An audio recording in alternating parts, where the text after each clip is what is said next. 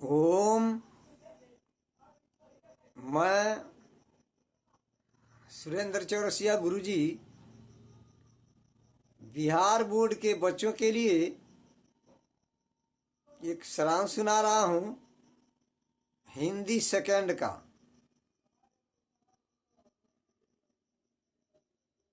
पाठ का नाम है ढहते विश्वास। ढहते विश्वास कहानी में उसमें मुख्य पात्रा है लक्ष्मी। लक्ष्मी की शादी ऐसे जगह पर उसके परिवार के लोग किए हैं जहां बाढ़ आकर प्रत्येक साल अपना तांडव मचाता है। यह उड़ीसा के जनजीवन पर आधारित है, उड़ीसा की कहानी है। लक्ष्मी के ससुर 1 बीघा जमीन खरीद कर गए थे। वह जमीन उपजाऊ नहीं था। बाढ़ आकर फसल को बर्बाद कर देता था। फिर गर्मी के मौसम में फसल सूख जाते थे। वह उपजाऊ जमीन नहीं था। कष्ट से जीवन चलता था। लक्ष्मी के पति का नाम है लक्ष्मण। लक्ष्मण कलकत्ता में नौकरी करता है। अच्छा पैसा नहीं कमा रहा है, जिसके चलते परिवार की स्थिति दयनीय है, ठीक से काम नहीं चल पाता है। वह अपने ही गांव के एक तहसीलदार के यहाँ घरेलू काम करती है और उसी से अपना गुजर बसर करती है, बच्चों को देखती है। 4 संतानें हैं उसे, 2 बच्चियां हैं, 2 लड़के हैं। बड़े लड़का का नाम है अच्युत, बच्चियों का नाम नहीं है, और एक शिशु बच्चा है जो दूध पीने वाला है। वह बहुत कष्ट से जीवन गुजार रही है। अब देखिए कि गांव की अगल बगल की औरतें जो है उसे बताती हैं कि बहू, यहाँ बाढ़ प्रत्येक साल आता है, पूरे तबाही मचा देता है। वह कष्ट तुमसे सहन नहीं होगा। अब इस शब्द को सुनकर वह सहम जाती थी। ऐसा दृश्य मायके में नहीं देखी थी कभी। समय का इंतजार करते करते वह समय आ गया, बाढ़ वाला समय। लगातार 15 दिन से बारिश हो रही थी। आसमान से बारिश ऊपर से और नीचे से बाढ़ का पानी जो है तांडव मचा दिया। एक नदी है उस पाठ में, उसका नाम है महानदी। महानदी पर जो बांध है उसका नाम है हीराकुंड बांध। उसी महानदी में से एक नदी और निकली है, छोटी नदी, उसका नाम है देवी नदी। उसके ऊपर जो बांध है उसके बगल में तो उसका नाम है दलेही बांध। लक्ष्मी के घर के बगल में ताड़ का पेड़ है। हीराकुंड बांध जहाँ है वह कटक शहर के पास है। हीराकुंड बांध को ययाति नरेश राजा ने बनवाया था।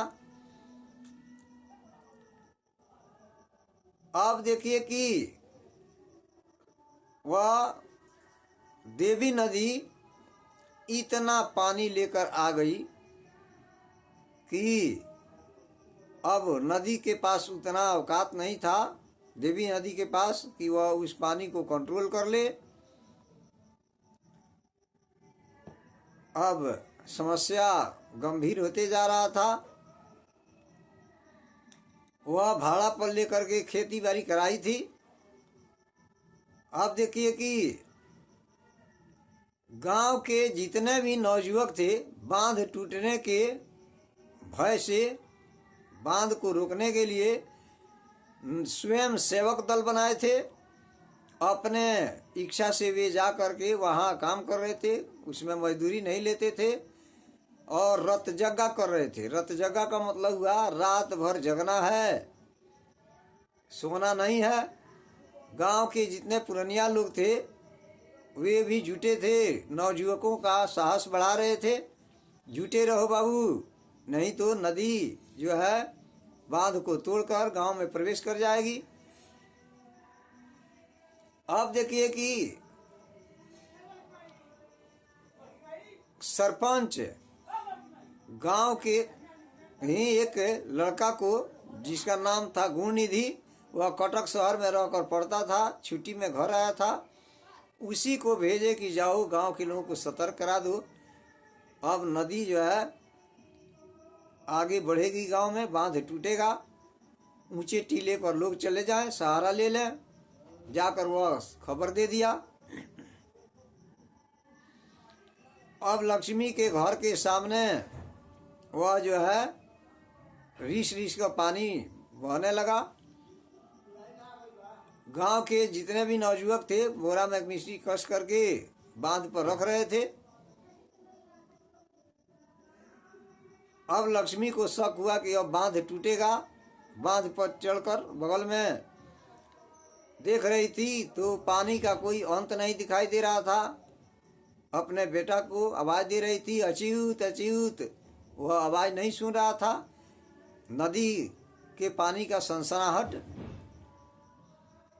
गंभीरता से आगे बढ़ती जा रही थी।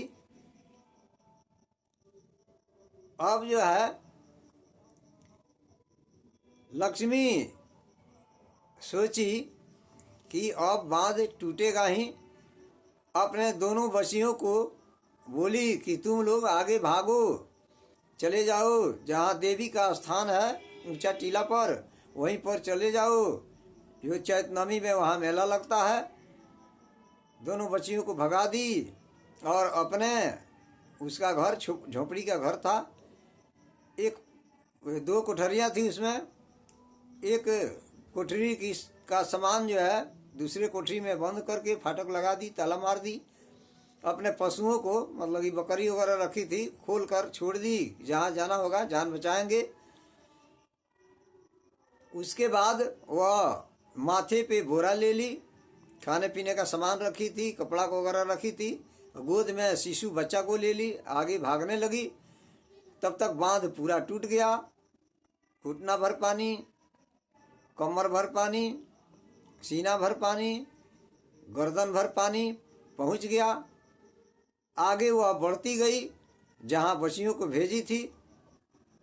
तब तक रास्ते में ही एक विद्यालय मिला जिसमें दो कोठरियाँ थी, उसमें लगभग 200 लोग भरे हुए थे, अनुमान लगाई। उसके आगे बढ़ी तो एक बरगद का वृक्ष मिला जिसके जटे लटके हुए थे। उसी के सहारे वह पकड़ करके पेड़ पर चढ़ गई और उसके 2 कंधे निकले थे, डाल, उसी पर बैठ गई और आंचल से अपने शरीर को उस डाल से बांध दी, उसी पर बैठ गई। भयंकर दृश्य देख रही थी। लोग मरे हुए बहते हुए जा रहे हैं, पशु मर करके बहते हुए जा रहे हैं, कुत्ते जा रहे हैं। इस तरह का दृश्य कभी मौके में देखी नहीं थी। वह उसी पर बैठी थी, बच्चा को, शिशु बच्चा को गोद में लेकर। कब नींद आ गई पता नहीं चला। वह सो गई उसी पर। बच्चा गोद से छूट गया, हाथ से छूट गया, पानी में गिरकर मरकर कहीं बहकर चला गया। उसके बाद जब कुछ देर के बाद नींद खुली तो देखती है कि गोद में बच्चा नहीं है।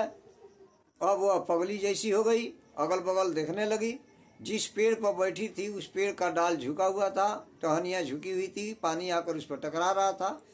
उसी पर दूसरे परिवार का बच्चा आकर रुका हुआ था, जो मर गया था। उतना ही बड़ा बच्चा था जितना बड़ा उसका था। वह समझ नहीं पाई कि हमारा बच्चा है कि कौन है। उसको उठा करके अपने गोद में समेट ली। कहानीकार ने इतना ही कहानी लिख करके समाप्त कर दिया है। आगे घटना क्या हुई अब लेखक ही जानता है। देखिए विद्यार्थी बंधु, मैं आप लोगों का सहयोग कर रहा हूँ। आप ऑब्जेक्टिव प्रश्न कहीं से भी बना सकते हैं। मेरी आवाज़ को ध्यानपूर्वक सुने। अगर इससे आपको लाभ मिल रहा हो तो आप निश्चित रूप से इस चैनल को सब्सक्राइब करें, लाइक करें और कमेंट में भी लिखें कि आपको इससे कितना लाभ मिला। इसी के साथ जय हिंद, जय तिरंगा, जय भारत।